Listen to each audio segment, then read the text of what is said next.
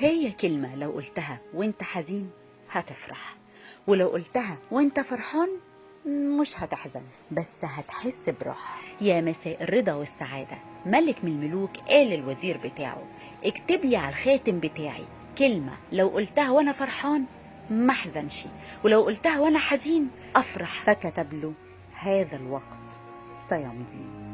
من أخطر ما يفسد سعادة الإنسان في الحياة إنه يكون ضعيف من الداخل، بمعنى إنك تحزن بسرعة، إنك تتغير نفسيتك من أي كلمة، إنك تتعلق بإنسان، إنك تبالغ في كل المواقف، إنك تكون شكاي، وبكده هتكون شخص هش من الداخل، مهزوم نفسيا دايما. طب إزاي تكون قوي؟ إنك تكون بقوة الإرادة وعمق الثقة، إنك ما تحبطش من الدنيا وإن ضاقت عليك مخارجها، إنك ما تهتمش بالبشر اللي خانوك أو خذلوك، إنك تقول: يا رب أنت حسبي ووكيلي.